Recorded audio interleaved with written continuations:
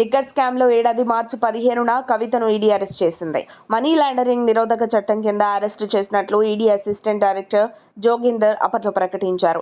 Arrest వారెంట్తో ఆమె ఇంటికి వెళ్లి ఈడీ అధికారులు తొలుత సోదాలు నిర్వహించి మనీ లాండరింగ్ నిరోధక చట్టం ప్రకారం విచారించి కవిత వాంగ్మూలం నమోదు చేశారు.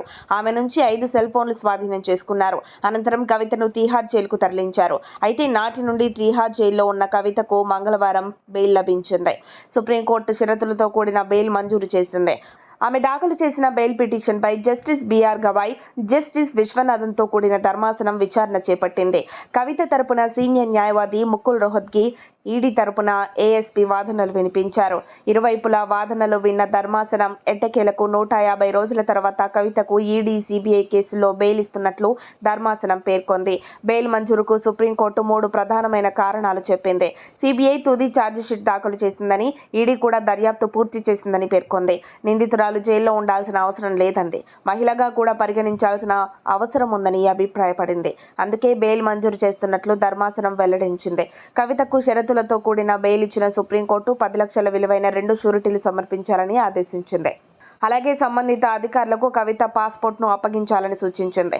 బీఆర్ఎస్ ఎమ్మెల్సీ కవిత తరపున ప్రముఖ న్యాయవాది ముకుల్ రోహత్గి వాదనలు వినిపించారు. ఈడీ కేసులో 5 నెలలుగా కవిత తిహార్ జైల్లో ఉన్నారన్నారు.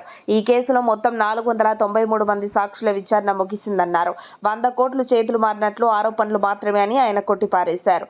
దర్యాప్తు సంస్థలు అడిగిన ఫోన్లను కవిత ఇచ్చారని చెప్పారు. ఫోన్లు మార్చడంలో తప్పేముందని ప్రశ్నించారు. సౌత్ గ్రూప్ 100 కోట్లు అంటున్నారని, కానీ దాన్ని రికవరీ చేయలేదని తెలిపారు. సిసోడియాకు ఇచ్చిన బెయిల్ అంశాలే కవితకు వర్తిస్తాయని తెలిపారు.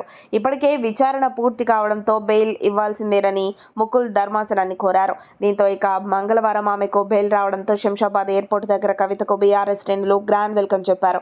దీంతో బీఆర్ఎస్ పార్టీలో కల్వకుంట్ల కుటుంబంలో సరికొత్త జోష్ నెలకొంది.